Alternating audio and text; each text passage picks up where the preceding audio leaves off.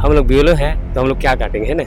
वो तो 2003 की सूची में देखते हैं नाम, उसमें मिलता नहीं है तो लोग आकर्षित हो जाते हैं। खुर्सी पार में एसआईआर फॉर्म भरने की प्रक्रिया हो रही थी, उसी दौरान किसी असामाजिक तत्व के द्वारा ड्यूटी पर तत्कालिक स्वास्थ्य मुहैया कराया गया माननीय कलेक्टर महोदय के द्वारा। स्वयं कलेक्टर महोदय उससे मिलने गए थे, तत्काल हिरासत में लिया गया और आज उसका जुलूस निकाला जाएगा। कलेक्टर महोदय द्वारा आश्वस्त किया गया कि जितने भी महिला शिक्षक है, चाहे वो पुरुष शिक्षक हो, उनके साथ एक दो साथी मतलब सहयोगी ग्रुप में रखेंगे। साथ ही प्रदेश भर में एसआईआर फॉर्म भरने की प्रक्रिया आरंभ हो चुकी है और सभी क्षेत्रों में, सभी वार्डों में एसआईआर फॉर्म भराए जा रहे हैं। इसमें समस्त प्रशासनिक जो अधिकारी हैं उनकी ड्यूटी लगाई गई है। बीएलओ जो है वो अपना काम घर घर जा करके कर रहे हैं, वहीं कहीं पर शिविर लगाकर भी एसआईआर फॉर्म भरने की प्रक्रिया जारी है।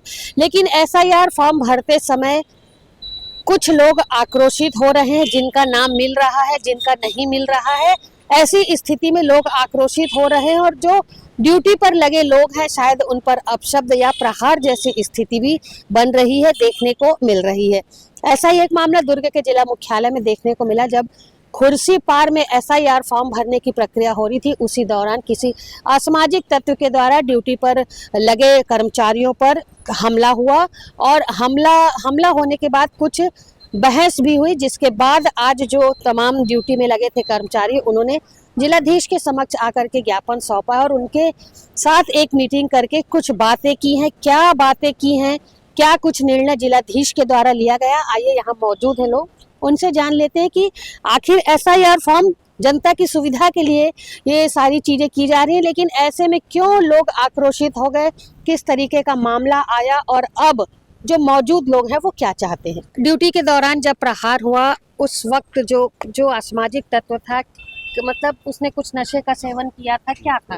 हाँ, उन पूरे नशे में थे और एसआईआर सर्वे चल रहा है ना, तो उसमें क्या मतदाता का नाम ढूंढते हैं, नहीं मिलते तो बोलते हैं कि बीएलओ लोग काट लिए हैं, इस टाइप। हाँ, इसी बोलते हैं। आप नहीं बोले बीएलओ क्यों काटेगा, उसको क्या नहीं, फायदा? उनको हम लोग बीएलओ हैं तो हम लोग क्या काटेंगे, है ना। वो तो 2003 की सूची में देखते हैं नाम, उसमें मिलता नहीं है तो लोग आकर्षित हो जाते हैं कि हमारा नाम क्यों नहीं है इसमें। अच्छा, अभी जो आपके साथी जो घायल हुए वो किस स्थिति में है?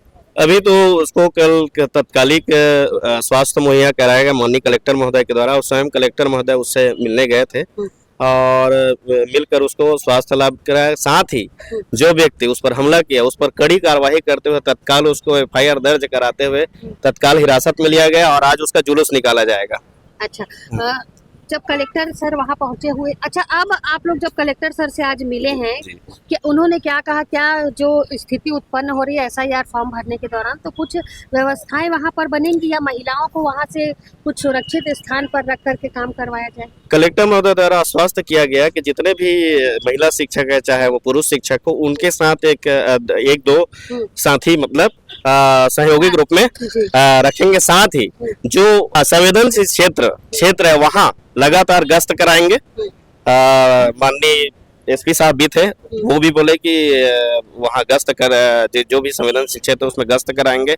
साथ में एक वीडियो माननीय कलेक्टर महोदय के द्वारा जारी किया जाएगा कि यदि इस प्रकार का कायराना हरकत किसी के द्वारा किया जाता है तो कठोर से कठोर कार्रवाई किया जाएगा और प्रशासनिक अधिकारी, मीडिया और जनप्रतिनिधियों से अपील किया जाएगा कि जो भी एसआईआर फॉर्म में भर रहे हैं शिक्षक, उनका सहयोग प्रदान करेंगे। अभी जो रुपेश जी हैं उनकी हालत आप बता रहे हैं थोड़ा सा भयभीत है, ड्यूटी पर है वो?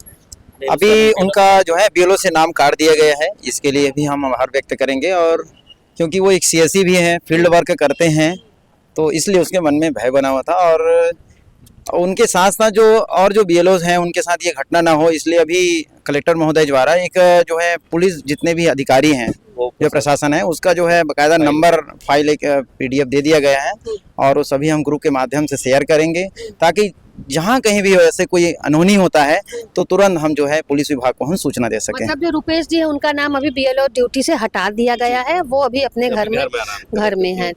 क्या लगता है, आप जो प्रशासन ने जो वादे आप लोगों से किए हैं, जो व्यवस्था बनाए जाने की बात कही गई है, उस पर काम होगा? निश्चित तौर पे जिस हिसाब से आज हमारा बैठक कलेक्टर महोदय से हुआ उसमें बिल्कुल ये कहा गया है कि वीडियो जारी किया जाएगा और पूरे पुलिस प्रशासन को भी बोल दिया गया है कि हर जो संवेदनशील क्षेत्र है उसमें जाके आप लोग गश्त करेंगे और साथ में जो भी बीएलओ की ड्यूटी कर रहे हैं उस पर किसी प्रकार के यदि किसी के द्वारा अब शब्दों का प्रयोग भी किया जाता है तो उस पर कभी कार्रवाई करते हैं, कठोर से कठोर सजा दिया जाएगा उसको। सबसे पहले बताना चाहूंगा कि एसआईआर जो चल रहा है एक राष्ट्रीय स्तर का कार्यक्रम है जिसमें हमारे शिक्षक साथी पूरी ईमानदारी तत्परता के साथ पूरे फील्ड में लगे हुए हैं। और इस चीज का भी भय है कि अभी वर्तमान में कल की बात है, दिनांक 25/11/2025 को शाम के समय जब एसआईआर फॉर्म भरा जा रहा था हमारे शिक्षक श्री रुपेश कुमार जोशी प्राथमिक शाला खुर्सीपार, तो किसी मतदाता या सामाजिक तो जो भी उनके द्वारा ईंट से फेंक कर उसको मारा गया है, जिससे उसके सिर कारण जैसे बहुत लोगों को जानते हो कई प्रकार के लोग आते हैं कि कई लोग तो अब शब्दों का भी प्रयोग करते हैं, उसको भी हमको मैनेज करना पड़ता है। चलो भैया हो गया आपका नाम देख लेते हैं। कई लोग अपने उसको मिलता नहीं, नाम जैसे मिलता नहीं, उसके पिताजी का नाम नहीं तो उसमें हमारी गलती थोड़ी है। वो 2003 की मतदाता सूची देख रहे हैं, उसमें उसका नाम नहीं मिल रहा है तो वो बीएलओ की गलती नहीं है, वो तो शासन स्तर पे ये कार्य चल रहा है और उस समय आपका नाम जोड़ा नहीं रहा होगा। तो इन सब चीजों को लेकर कुछ इतने आक्रोशित हो जाते हैं कि वो जो हमारे बीएलओ साथी उन पर हमला करना शुरू कर दिए हैं। इससे पूरे शिक्षक समुदाय भयभीत है, खासकर हमारे महिला शिक्षक साथी।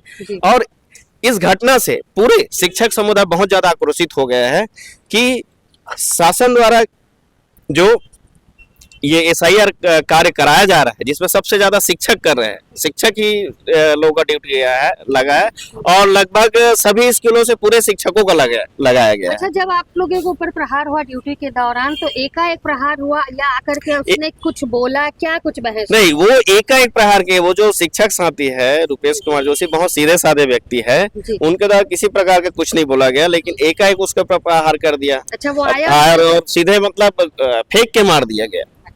तो उस स्थिति में पूरे शिक्षक समुदाय आक्रोशित था। इस पर माननीय कलेक्टर महोदय भी कल बातचीत आप लोगों से नहीं हुई है। जी, कलेक्टर महोदय से क्या बात हुई आप लोगों? जी, हम लोग आए थे क्योंकि जो रुपेश हमारे जोशी सर है बीएलओ है वो बहुत भयभीत है जिस घटना होने के बाद ड्यूटी पे है। तो मैं जिलाधीश महोदय जी का मैं बहुत बहुत आभार व्यक्त करूंगा कि उन्होंने हमें आश्वस्त किया है और उनके साथ साथ जो और बाकी जो बीएलओ हैं जो हर भी विभाग से लगा हुआ है, नगरीय निकाय से हो, आंगनबाड़ी से हो, तो सभी को आश्वस्त किया है कि ऐसे उनके साथ कोई भी प्रकार का दुर्व्यवहार यदि करता है तो उसको बख्शा नहीं जाएगा और लोगों को जागरूकता के लिए हम और प्रयास करेंगे।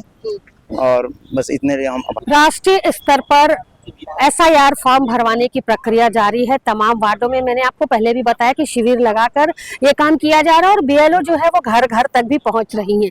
लेकिन इस दौरान खुर्सीपार क्षेत्र में एक ऐसा मामला आया जब एसआईआर फॉर्म भरने की प्रक्रिया की जा रही थी, उसी वक्त अचानक से एक असामाजिक तत्व के द्वारा जो बीएलओ है उन पर हमला कर दिया जाता है। हमला जो है वो एकाएक किया जाता है जिससे जो बीएलओ है वो काफी हताहत और घबराए हुए हैं। इसी विषय को लेकर के जो ड्यूटी पर लगे कर्मचारी थे, खास करके जो शिक्षकों की ड्यूटी लगाई गई है, वो शिक्षक आज जिला मुख्यालय में पहुंचे हुए थे और जिलाधीश के साथ उन्होंने एक बैठक की।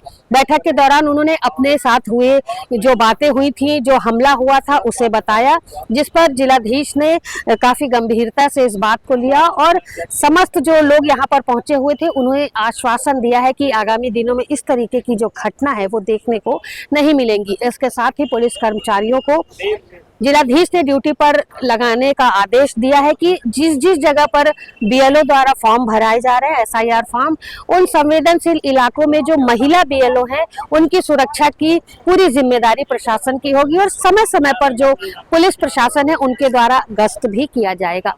मांग की गई है कि जो भी अव्यवस्थाएं एसआईआर फॉर्म के दौरान देखी जा रही है, एकाएक लोग पहुंच रहे हैं, जब उनका नाम लिस्ट में नहीं मिल रहा है तो वो आक्रोशित हो रहे हैं, हमला कर रहे हैं। ऐसी स्थिति से निपटने के लिए जिलाधीश के द्वारा एक गाइडलाइन जारी की गई है जिसका पालन सभी को करना है और उन्होंने साफ तौर पर जो भी घटनाएं दुर्घटनाएं इस दौरान हो रही है उसके लिए एक वीडियो भी जारी किया है और लोगों से अपील की है कि किसी भी इलाके में यदि मारपीट गाली गलौज जैसी घटना घटती है तो उसकी सूचना जो है वो तत्काल जिला प्रशासन में आकर के दे, पुलिस उस पर कार्यवाही अवश्य करेगी। फिलहाल जो रुपेश जो बीएलओ है रुपेश जी वो अभी काफी डरे हुए हैं तो उनका नाम बीएलओ ड्यूटी से हटा दिया गया और इस वक्त वो डरे सहमे हुए घर पर हैं। फिलहाल जो आदेश जारी किया गया है जिलाधीश के द्वारा उस पर अब देखना होगा वार्डों में जाकर के कि काम हो रहा है कि नहीं। महिलाओं के लिए कितनी सुरक्षा मुहैया कराई गई है, या फिर ये सारी बातें जो है वो आज पहुंचे हुए लोगों को सिर्फ आश्वासन के तौर पर दी गई है। मेरे सहयोगी लक्ष्मीकांत देवांगन के साथ दुर्ग से मैं वीना दुबे।